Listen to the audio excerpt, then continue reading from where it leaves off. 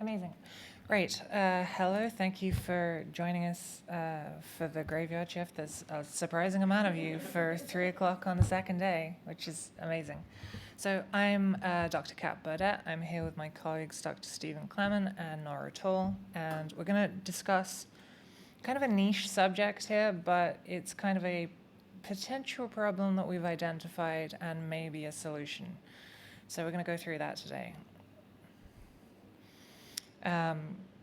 Yeah, as I said, I'm a research and development engineer at Techbuyer, and we're going to be discussing leveling the playing field, industry standard benchmarks, and OCP. So let's start with a provocative question. How many of you have heard of ITEE by show of hands? Amazing. How many of you have heard of Energy Plus? How many of you know that OCP is incompatible with those? Right. Well, that's what we're going to be talking about today. So as you probably saw this morning with Mark Acton and John Summers' presentation, there's a whole slew of metrics and KPIs being monitored by the various legislative bodies around the world. We know about PUE, we know about WE, we know about heat reuse, effectiveness and such. What we're going to be talking about today a little bit is one of the lesser known ones that they mentioned earlier, which is ITEE, or IT energy efficiency. Fundamentally, this metric is underpinned by the industry standard benchmark SERT 2.0 and deals with the ratio of power consumption and performance.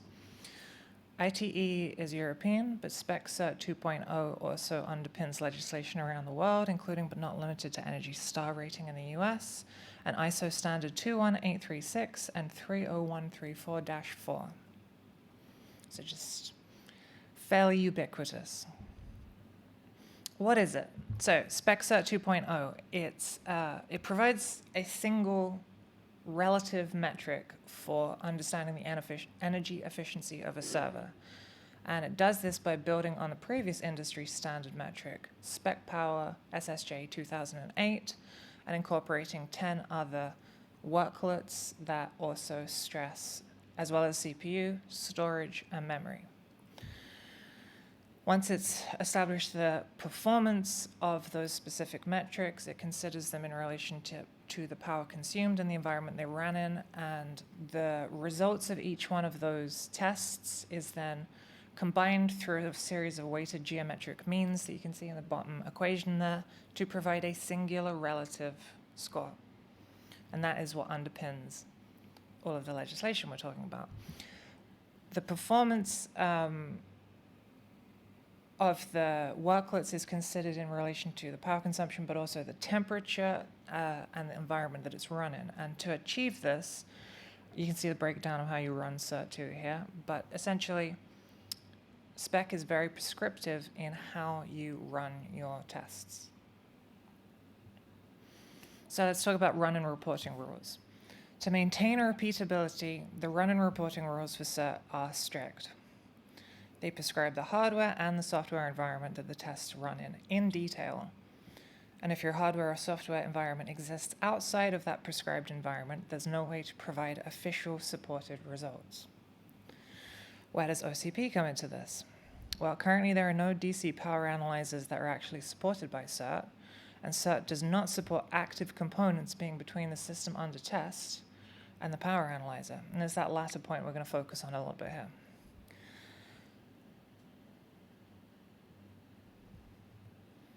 So, our problem statement. Quantifying energy efficiency for data center hardware is becoming a requirement for operation or expansion. That's what we've talked about Energy Plus, we've talked about ITEE, and so on and so forth. And currently, there's very limited but really no DC power analyzer support and strict monitoring methodology that is not compatible with PowerShelf configuration.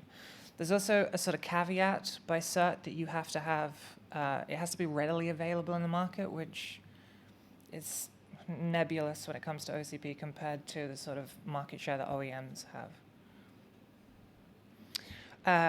So, problem statement. a potential solution. This is just a slide addressing that we're potentially collaborating with the Research Institute Sweden on a solution for this. And by doing that, we're going to pull together that we have experience benchmarking in our wind tunnel and with the software, SERT and spec power.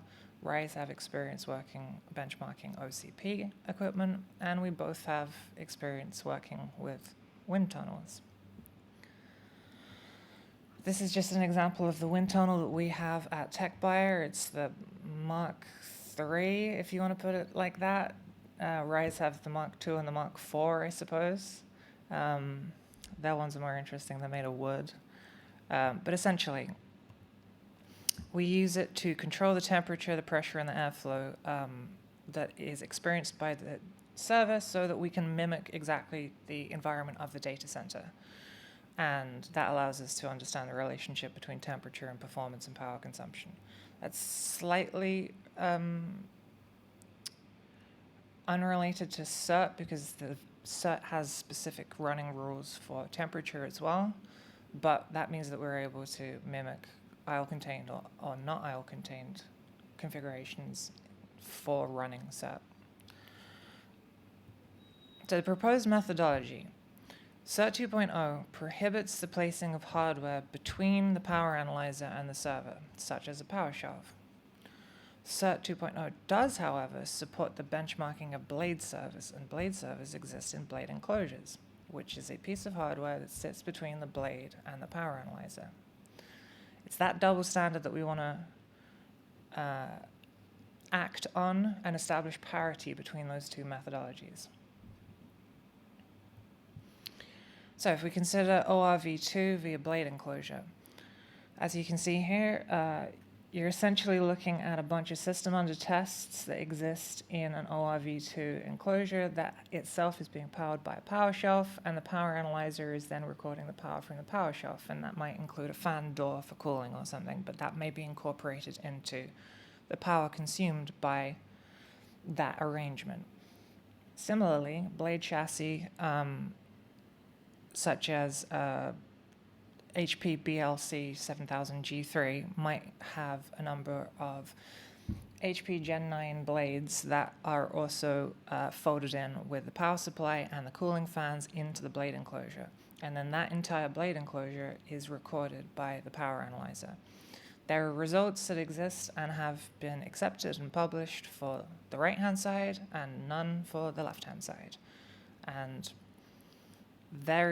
whilst there are significant differences, it's fundamentally a very similar configuration, and it's that we're suggesting that we act on.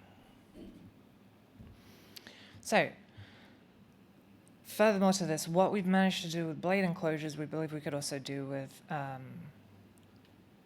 OCP sleds in power shelves, which is by modulating the number of blade enclosures, the number of blades that you have in an enclosure or the number of sleds that you have in a power shelf, you can isolate the power consumption of that sled or that blade away from the power shelf and subtract that because you're able to make it a variable configuration.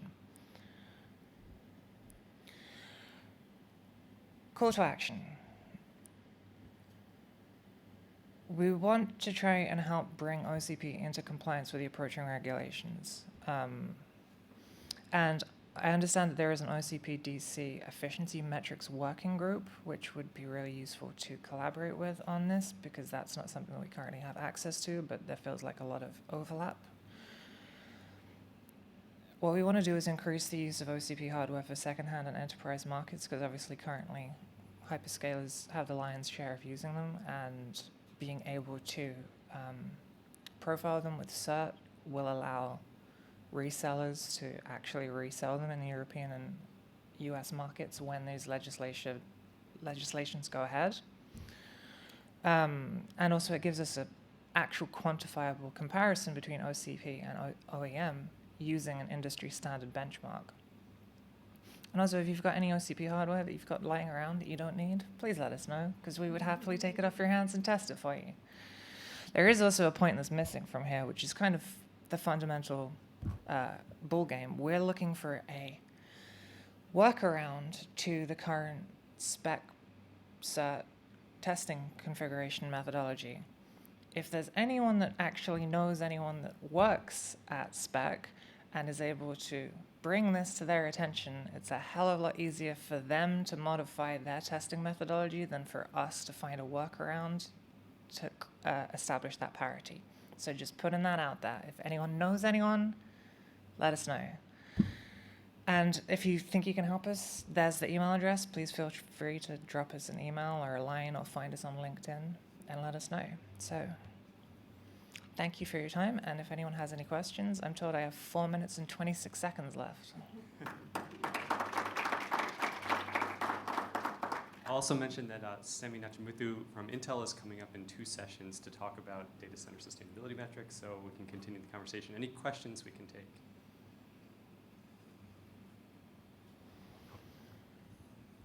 Maybe it's a bit facetious. How are you going to fit that rack in that wind tunnel? Creatively. You'd be surprised how big that wind tunnel is. It can accommodate 12 U of standard U. Yeah, that is a 47 U rack, but creatively is the answer to that. Yeah. CFD digital twin, this would inform a digital twin. That's an entirely different piece of work that we're already working on, and if you want to know about that, come talk to us afterwards. I think it's the fact that the power shelf is feeding quite a lot of OCP servers in version 2. I'm not sure what it looks like in version 3. But I have a little bit of an advantage because I know about the wind tunnel setup. You know about the wind tunnel, and we've discussed this project. But what I wanted to ask you is one of the configurations that I don't think is actually included in spec is obviously when we're using it in a wind tunnel. Are you doing it with neutral pressure drop? Because so if you run overpressure, which a lot of data centers run overpressure, yeah, and that's not accepted. You are taking energy, the energy of the fans in the servers drops because they are helped by the pressure difference. So this is a big issue, yeah. Yeah, would you say that we pretend that we don't do that? Because you are absolutely correct. There is no aisle-contained configuration of a server that would currently be accepted by Spec Power SERT. They want you to just run it on a tabletop and let it breathe its own air.